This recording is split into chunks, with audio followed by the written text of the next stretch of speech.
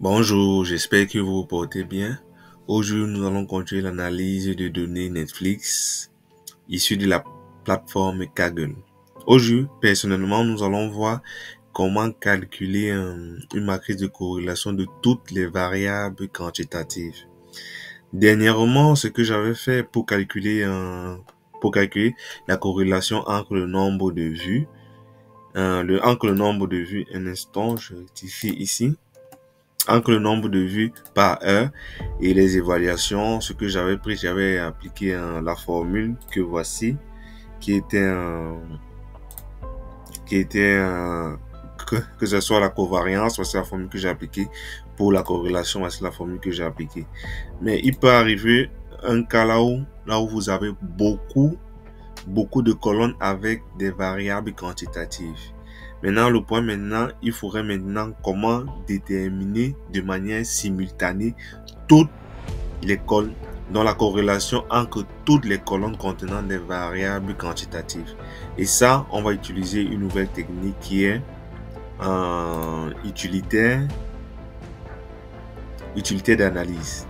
Maintenant, qu'est-ce qu'on va faire dans utilitaire d'analyse? Dans utilitaire d'analyse, normalement, quand on clique sur utilitaire d'analyse, on va faire analyse corrélation. Maintenant, quand on veut cliquer maintenant sur analyse corrélation, puisque moi j'ai déjà effectué l'analyse de la corrélation, qu'est-ce que j'ai fait? J'ai sélectionné ma colonne nombre de vues par heure et évaluation. Il pourra avoir même 10 colonnes avec des variables quantitatives. Vous pouvez sélectionner les 10 colonnes avec des variables quantitatives.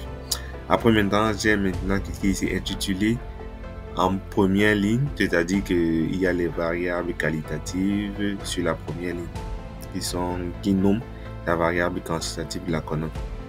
Et ce maintenant, je dis maintenant, je vais insérer mes résultats où je vais insérer mes résultats au niveau du E9. Maintenant, dès que vous cliquez maintenant, ça va vous donner ce tableau-ci. Qu'est-ce que vous pouvez le constater? Maintenant, au niveau de ce tableau, qu'est-ce que ça fait? Le tableau, en fait, va donner le croisement, la corrélation entre nombre de vues par heure. Un instant, je corrige une fois ici. Entre nombre de vues par heure et nombre de vues par heure.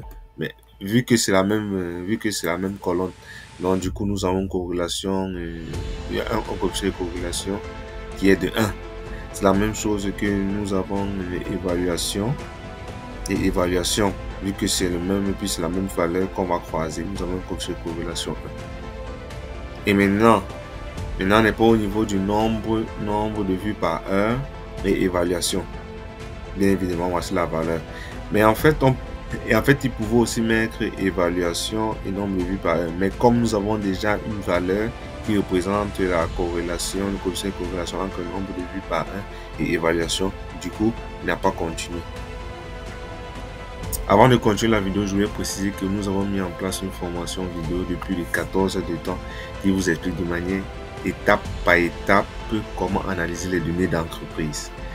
Pour avoir plus d'informations, vous pouvez nous écrire en inbox ou bien nous contacter via les différents liens que nous avons mis dans la description de la vidéo.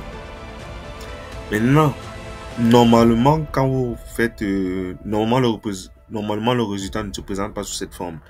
Mais pour que les résultats soient beaucoup plus visibles, pour qu'on puisse observer directement quelles sont les valeurs que représentent, d'où les coefficients de corrélation sont plus importants, les coefficients de corrélation moins importants, vous avez la possibilité de venir au niveau de l'accueil. Ce que vous pouvez faire, par exemple, ce que j'ai fait ici, j'ai sélectionné mes différentes variables, mes différentes valeurs, et je suis venu dans nuance de couleur.